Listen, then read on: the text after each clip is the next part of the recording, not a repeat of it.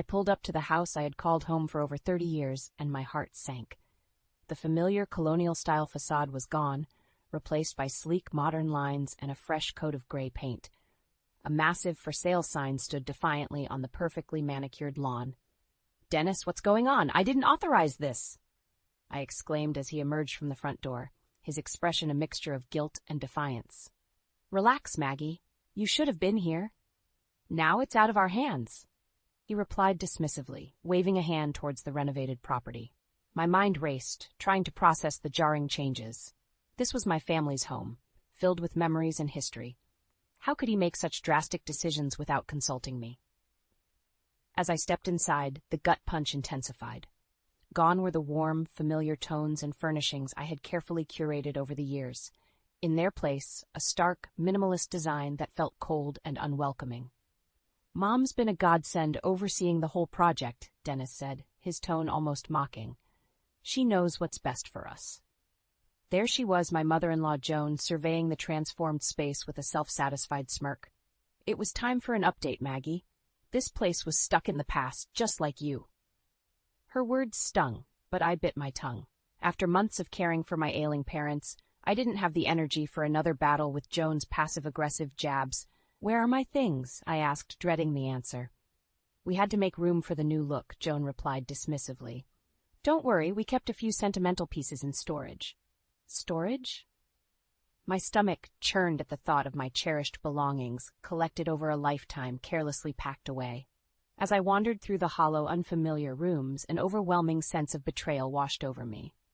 This was no longer my home. It was a staged set, stripped of warmth and soul. In the kitchen, I found Dennis poring over paperwork with a young, attractive woman I didn't recognize. They looked up, their expressions a mixture of surprise and guilt. "Maggie, you're back early," Dennis stammered. "This is Sarah, our realtor. She's been invaluable in getting the house ready for market." Sarah extended a perfectly manicured hand, her smile saccharine sweet. "It's so nice to finally meet you, Margaret. Dennis has told me so much about you." I forced a tight smile, my mind reeling. Ready for market? They were selling my family's home without my consent? As Sarah droned on about staging and curb appeal, I tuned her out, my gaze fixed on Dennis. His eyes averted mine, and in that moment, I realized the depth of his deception. This wasn't just about the house. It was a calculated betrayal, orchestrated by Dennis and enabled by his ever-controlling mother. A cold, sinking feeling gripped me as I recognized the true extent of how little they valued my input or respected my place in this family. I had been naive, blind to the cracks forming in the foundation of my life. But now, the veil had been lifted, and I saw the harsh reality staring back at me. This was no longer my home. It was a battlefield, and I would have to fight to reclaim what was rightfully mine. I sat numbly on the edge of the bed in the guest room, my mind replaying the events of the day like a broken record. How could Dennis do this to me, to us? After 30 years of marriage, of building a life together, he had thrown it all away without a second thought. As the shock began to subside, a familiar ache settled in my chest, the dull ache of disappointment I had grown accustomed to over the years. I should have seen the signs, the subtle shifts in his behavior that I had chosen to ignore, desperate to cling to the illusion of the perfect family. Dennis had always been distant, more focused on his work and hobbies than on cultivating our relationship. But I had foolishly believed that was just his way, that deep down he still loved and cherished me. Now the truth was laid bare. I had simply been a convenient accessory in his life, easily discarded when something shinier came along. And Joan, my own mother-in-law, the woman who should have been my closest ally, had been the architect of this betrayal all along. Her constant belittling, her snide remarks about my capabilities as a wife and mother, they had all been carefully calculated jabs, chipping away at my self-worth until I was too broken to fight back. Tears stung my eyes as I remembered the countless times I had defended her to my own family, making excuses for her behavior. She's just old-fashioned, I would say. She means well, deep down. But the truth was, Joan had never accepted me as part of her family. To her, I was an interloper, a threat to the twisted, codependent bond she shared with her son. The sound of laughter from downstairs snapped me back to reality. Dennis and Joan, celebrating their victory over me, no doubt reveling in the spoils of their deception. My fists clenched involuntarily, a surge of anger replacing the sadness that had consumed me moments before. I thought of my parents, the way their faces had lit up when Dennis and I had first brought them to this house, our forever home. They had trusted him, believed in the life we were building together, and now their legacy, the home they had gifted us out of love, was being sold off like a piece of merchandise, all for Dennis's selfish gain. A renewed sense of determination washed over me. I would not let them win. Not this time. Rising from the bed, I began to gather my things, my mind already formulating a plan. First, I needed evidence, proof of Dennis's misdeeds that not even Joan could deny or spin in her favor. Then, I would rally my troops, the friends and family who had stood by me through thick and thin, the ones who had always seen through Joan's false pretenses. This was war, and I would fight with everything I had to reclaim what was rightfully mine, my home, my dignity, my life. Dennis and Joan had made the mistake of underestimating me, of believing I would simply roll over and accept their betrayal. Well, they were in for a rude awakening. As I zipped up my suitcase, a small, defiant smile tugged at the corners of my mouth. The battle lines had been drawn, and I was ready to show them just how strong I could be when pushed to my limits. This was only the beginning. I stared at the suitcase on the bed, my mind racing with 1,000 thoughts and emotions. Part of me wanted nothing more than to flee, to put as much distance as possible between myself and the toxic web of lies that had ensnared my life.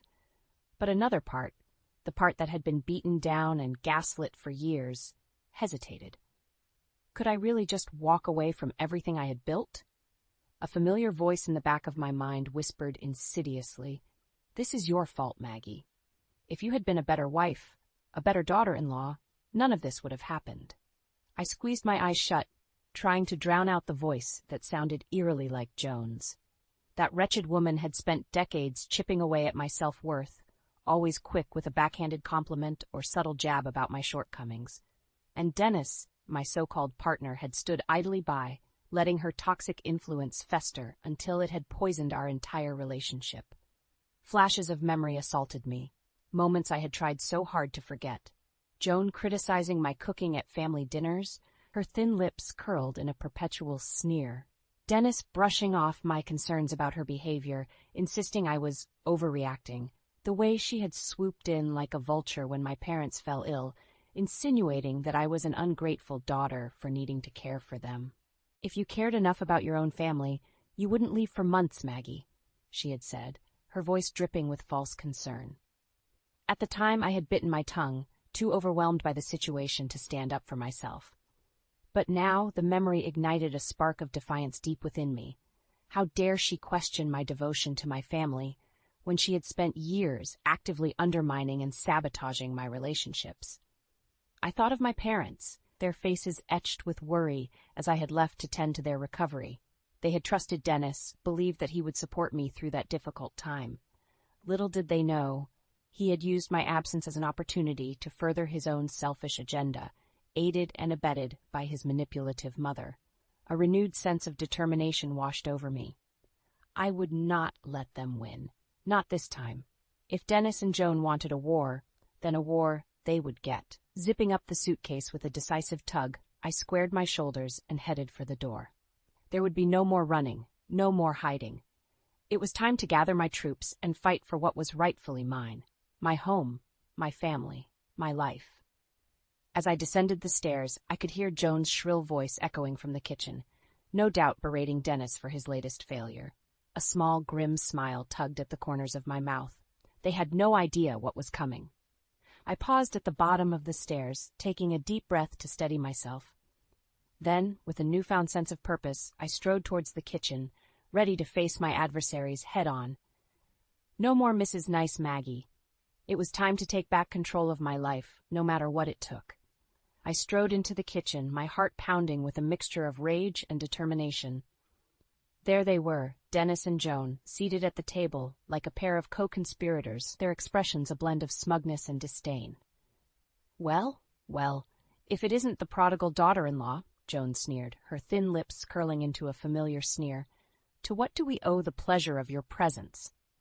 Before I could respond, Dennis cut in, his voice dripping with condescension. You have no idea what we've been through, managing everything you abandoned.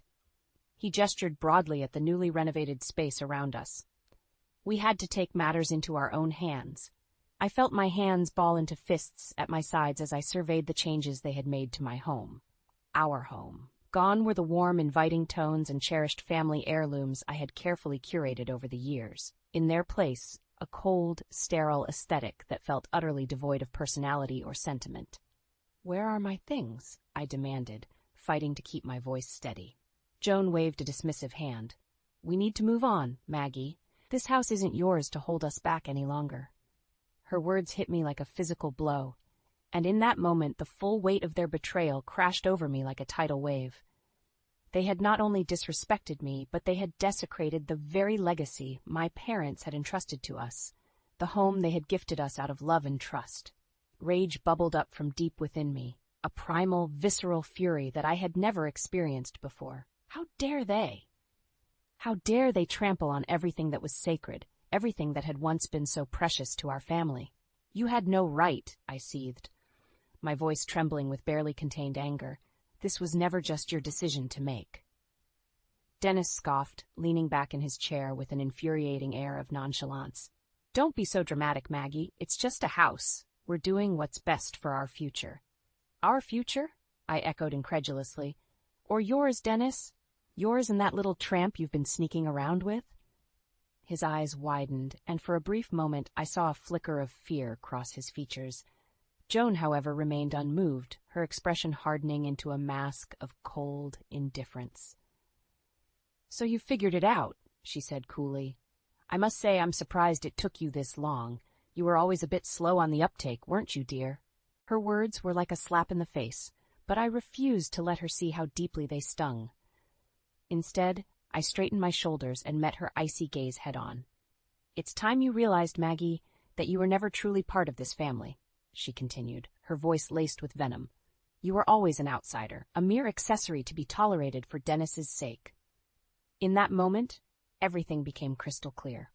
The years of subtle jabs and undermining, the way they had so easily cast me aside the moment I became an inconvenience, it had all been part of their twisted game, a slow, methodical erosion of my sense of self-worth and belonging. But no more. I would not be their victim, their punching bag, any longer. You're wrong, Joan, I said, my voice steady and resolute. This family, this legacy, it's mine just as much as it is yours, and I'll be damned if I let you destroy it for your own selfish gains. Dennis opened his mouth to protest, but I held up a hand, silencing him with a single withering glare. Don't bother, Dennis. The lies end here. I know everything. About your affair, about the way you've been squandering my inheritance to fund your mistress's little business ventures. It's all going to come out, one way or another. For the first time, I saw a flicker of fear in Joan's eyes, a crack in her carefully constructed facade of indifference. She knew, deep down, that I had finally found the strength to fight back, and that terrified her more than anything. A small, triumphant smile tugged at the corners of my mouth. The battle lines had been drawn, and for once I held the upper hand. This was only the beginning of their reckoning. The smug looks on Dennis and Joan's faces quickly faded as the weight of my words sank in. I could see the fear flickering in their eyes, the realization that I was no longer the meek, compliant woman they had grown accustomed to controlling. How did you find out? Dennis sputtered, his bravado crumbling under the intensity of my gaze. Did you really think you could keep it all a secret forever? I scoffed. The shady financial dealings, the late nights at the office, it was only a matter of time before the truth came out. Joan's expression hardened, her lips pressing into a thin, disapproving line. So you've been snooping through our affairs, have you? How typical of you, Maggie, to resort to such underhanded tactics. I leveled my gaze at her, refusing to be cowed by her condescending tone. Don't try to play the victim here, Joan. You're just as guilty as Dennis in all of this. Turning to my husband, I felt a surge of disgust and betrayal rise up within me. How could you do this to me, Dennis? To our family? After everything we've been through together, how could you throw it all away for her? The words tumbled out before I could stop them. the hurt and anger I had bottled up for so long finally spilling over. Was I not enough for you? Did our marriage, our vows mean nothing to you? Dennis opened his mouth, but I held up a hand, silencing him. No, don't bother trying to explain it away. I know all about your little fling with Sarah, the real estate agent you've been using to funnel my inheritance into her business ventures. Joan's eyes widened, and for a moment, I saw a flicker of genuine surprise cross her features. Clearly, even she hadn't been privy to the full extent of Dennis's deception. That's right, I continued, my voice growing stronger with each word. I know about the shady deals, the secret accounts, all of it. And I have proof. Reaching into my bag, I pulled out a thick manila envelope, stuffed with financial records, copies of incriminating emails, and other damning evidence I had painstakingly gathered over the past few weeks. You see, while you two were busy plotting behind my back, I was doing a little digging of my own. And what I found was a web of lies and betrayal that goes deeper than I ever could have imagined. Dennis's face had drained of color, his eyes darting nervously between me and the envelope in my hands. Joan, however, remained stubbornly defiant, her chin jutting out in a show of false bravado. So what? She sneered. You have a few pieces of paper. That doesn't change the fact that you were never truly part of this family, Maggie. You were always an outsider, a mere accessory to be tolerated for Dennis's sake. Her words cut deep, but I refused to let her see how much they stung. Instead, I met her gaze head-on, my resolve unwavering. You're wrong, Joan, I said, my voice steady and resolute. This family, this legacy, it's mine just as much as it is yours, and I'll be damned if I let you destroy it for your own selfish gains. A heavy silence hung in the air, the weight of my words settling over us like a thick fog. For a moment, it seemed as though time itself had frozen, the three of us locked in a silent battle of wills. Then, without warning, Joan's composure cracked. Her face contorted into a mask of rage, and she slammed her fist down on the table with surprising force. How dare you? She spat, her voice trembling with barely contained fury.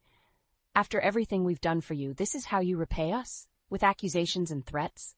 I held her gaze, unflinching. I'm not threatening anyone, Joan. I'm simply stating the facts. And the fact is, you and Dennis have betrayed me in the worst possible way. But it ends here, today. No more lies, no more secrets. Turning to Dennis, I felt a pang of sadness mixed with resolve. I loved you, Dennis. Truly, I did. But this... I gestured around the cold, sterile room that had once been our warm, inviting home. This is too much. You've crossed a line that can never be uncrossed. His eyes pleaded with me, silently begging for forgiveness, but I had made up my mind. There was no going back, not after everything that had happened. It's over, I said, my voice heavy with finality.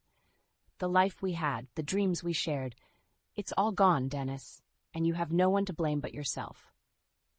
With those words, I turned and walked away, leaving them to stew in the wreckage of their own making. It was time to start anew, to rebuild my life on my own terms, without the constant weight of their manipulation and betrayal holding me back. As I stepped out into the crisp evening air, a sense of liberation washed over me.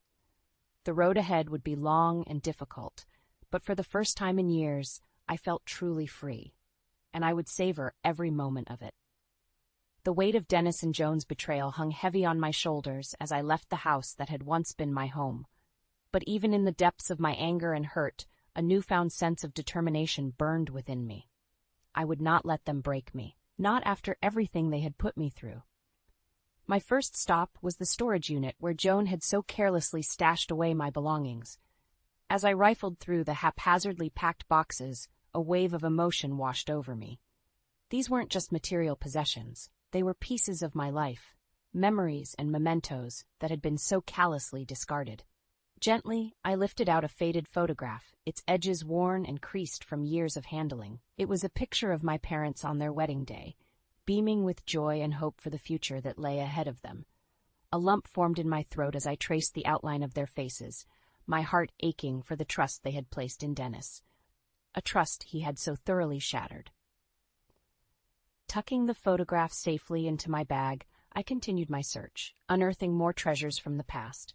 Old love letters from Dennis, souvenirs from our travels, even the tattered stuffed bear he had won for me at a carnival on our first date. Each item was a poignant reminder of the love we had once shared, a love that had been slowly poisoned by Joan's insidious influence and Dennis's own selfishness. But amidst the pain and heartache, a newfound sense of resolve took root within me. These mementos were not just reminders of what I had lost. They were proof of the life I had built, the sacrifices I had made, and the strength that had carried me through even the darkest of times. With a renewed sense of purpose, I began to gather the evidence I would need to expose Dennis and Joan's lies. Financial records, incriminating emails, anything that could shed light on the depth of their betrayal. As I pored over the documents, a clearer picture began to emerge, one of greed, manipulation, and utter disregard for the sanctity of our marriage. It was then that I knew what I had to do. I would not simply walk away and lick my wounds. No, I would fight back, rallying the support of those who had stood by me through thick and thin, those who had seen the truth of Dennis and Joan's actions long before I had been willing to open my eyes. One by one, I reached out to my closest friends and family members, laying bare the painful truth of what had transpired. And one by one, they rallied to my side, offering not just their sympathy, but their unwavering support and loyalty. I always knew there was something off about that woman, my oldest friend Beth spat, her eyes blazing with righteous fury. Just say the word, Maggie, and I'll make sure the whole town knows what kind of snakes they really are. Others echoed her sentiments, sharing their own stories of Joan's manipulative behavior and Dennis's increasingly erratic actions. It was as if a veil had been lifted, and suddenly the pieces all fell into place. I've been naive, yes, I admitted, my voice thick with emotion. But underestimating me is their biggest mistake. As the days passed, my network of allies grew stronger, each person bringing their own unique perspective and insights to the table. Together, we pieced together a damning portrait of Dennis and Joan's misdeeds, a tapestry of lies and deceit that would be impossible to ignore or refute. And through it all, a newfound sense of strength and resilience took root within me. I was no longer the meek, downtrodden woman who had allowed herself to be controlled and belittled for far too long. No, I was a force to be reckoned with, a woman who had reclaimed her power and her sense of self-worth. As I looked around at the faces of those who had rallied to my side, I felt a surge of gratitude and determination. This was no longer just about me. It was about standing up for what was right, about refusing to let the toxic influence of people like Joan and Dennis poison the lives of others. With a deep breath, I squared my shoulders and turned to face the battle ahead. It was time to take the fight to them, to expose their lies and their betrayal for all the world to see. And this time I would not be silenced or cowed. This time I would emerge victorious, no matter the cost. The day of reckoning had finally arrived. As I stood before the gathered crowd of family and friends, a hush fell over the room, all eyes fixed on me with a mixture of curiosity and concern. "Thank you all for coming," I began, my voice steady despite the butterflies fluttering in my stomach. "I know there have been rumors circulating, whispers of discord within our family, and today I'm going to lay bare the truth, no matter how painful it may be." A murmur rippled through the crowd, but I pressed on, undeterred. For too long I've been a victim of manipulation and betrayal at the hands of those closest to me. My own husband, Dennis, and his mother, Joan, have conspired against me, trampling on the sanctity of our marriage and our family for their own selfish gains. Gasps of shock and disbelief echoed through the room, but I refused to falter. This was my moment, my chance to reclaim the dignity and respect that had been so cruelly stripped away from me. "It's true," I continued, my voice growing stronger with each word. "Dennis has been carrying on an affair with a younger woman, using my own inheritance to fund her business ventures behind my back." Turning to face my husband, I felt a surge of righteous anger coursing through my veins. "How could you, Dennis? How could you betray everything we built together, everything we sacrificed for this family?" He opened his mouth to speak, but I silenced him with a single, withering glare. "And you, Joan," I said, shifting my gaze to my mother-in-law's stony expression. "You were supposed to be my ally, my support system. Instead, you enabled and encouraged Dennis's betrayal, driven by your own twisted, possessive love for your son." Joan's eyes narrowed, her lips curling into a familiar sneer. "How dare you speak to me like that, you ungrateful little—" "Enough," I thundered, cutting her off mid-sentence. "I've endured your insults, your belittling, for far too long, but no more. This house, this legacy, it isn't yours to destroy. It's my blood, sweat, and tears you've trampled on, all for your own selfish desires." A heavy silence hung in the air, the weight of my words sinking in for all to bear witness. I could see the shock and disbelief etched on the faces of those around me, the realization that the perfect family they had envied was nothing but a carefully constructed facade. "I have proof," I continued, holding up the thick manila envelope that contained the damning evidence of Dennis and Joan's misdeeds. Financial records, emails, photographs, all of it documenting the depths of their betrayal. Slowly, I began to circulate the documents, allowing each person to see for themselves the ugly truth that had been hidden for so long. Whispers and gasps of outrage rippled through the crowd, and I knew in that moment that the tide had turned. Dennis stepped forward, his eyes pleading with me for forgiveness. "Maggie, please, let me explain." But I cut him off with a sharp shake of my head. "There's nothing to explain, Dennis. You made your choices, and now you have to live with the consequences." Turning back to the crowd, I drew myself up to my full height, a newfound sense of strength and resolve coursing through my veins. "This is not the end," I declared, my voice ringing out with conviction. "This is just the beginning of a new chapter, one where I reclaim my dignity, my self-worth, and my rightful place in this family." A smattering of applause broke out, growing louder and more fervent as the weight of my words sank in. I could see the respect and admiration in their eyes, a stark contrast to the pity and condescension I had grown so accustomed to. In that moment, I knew that I had won. Not just a battle, but a war against the toxic influences that had sought to diminish and control me for far too long. As I looked around at the faces of those who had rallied to my side, I felt a surge of gratitude and pride. This was my family, my true family. The ones who had seen me at my lowest and still believed in me, still stood by my side. And as for Dennis and Joan, their downfall was inevitable, a consequence of their own selfish actions and misguided priorities. They had lost far more than just their reputations. They had lost the respect and loyalty of those who had once looked up to them. But I had gained something far more precious, my freedom, my self-respect, and the knowledge that I was truly loved and supported by those who mattered most. As I stepped down from the podium, a weight seemed to lift from my shoulders, replaced by a newfound sense of purpose and determination. The road ahead would be long and difficult, but for the first time in years, I felt truly alive, unburdened by the chains of manipulation and deceit that had held me captive for far too long. This was my moment, my chance to start anew and rebuild my life on my own terms. And as I looked towards the future, I couldn't help but feel a sense of excitement and possibility. After all, the best revenge is living well, and that's exactly what I intended to do. The aftermath of my public confrontation with Dennis and Joan was both exhilarating and exhausting.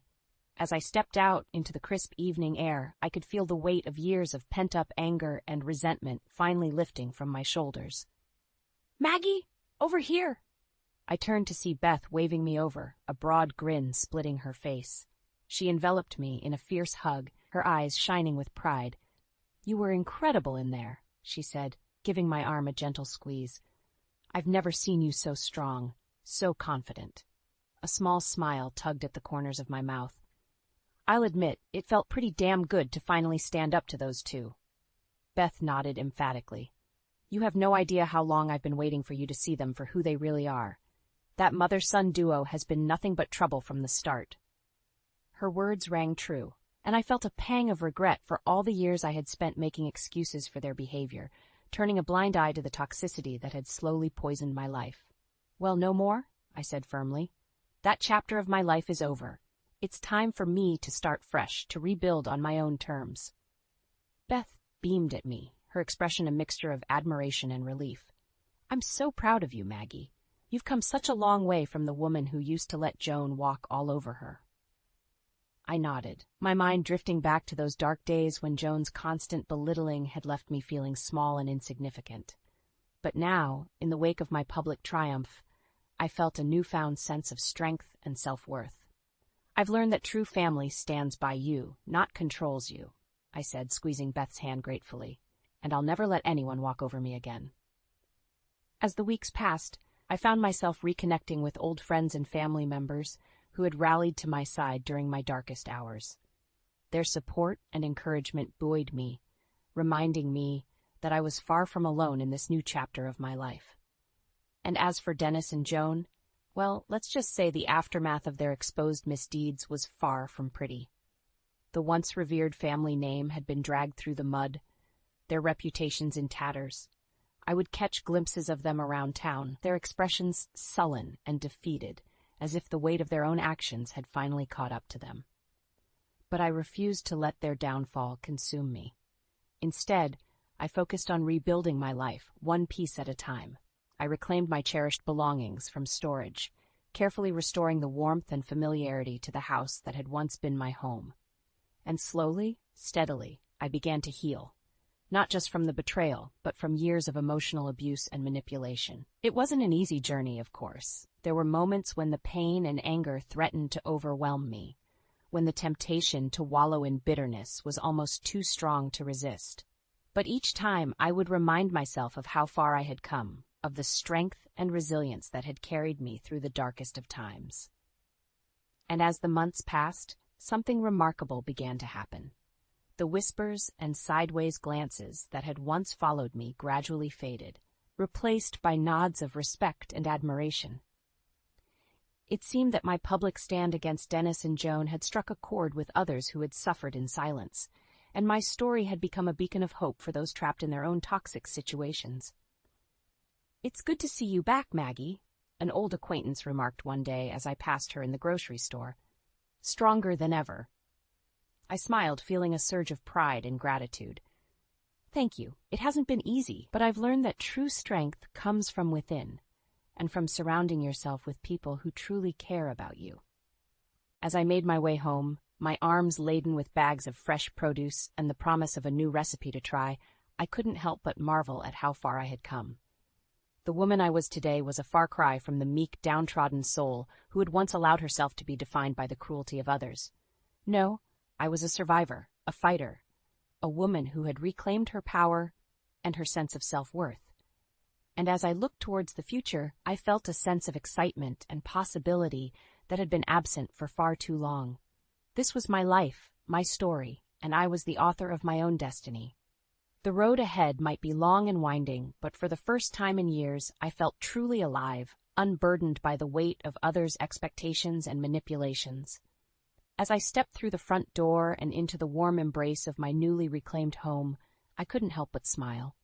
This was just the beginning, the first chapter in a story that promised to be filled with adventure, growth, and the kind of hard-won wisdom that can only come from surviving the darkest of storms. And I couldn't wait to see what the future had in store.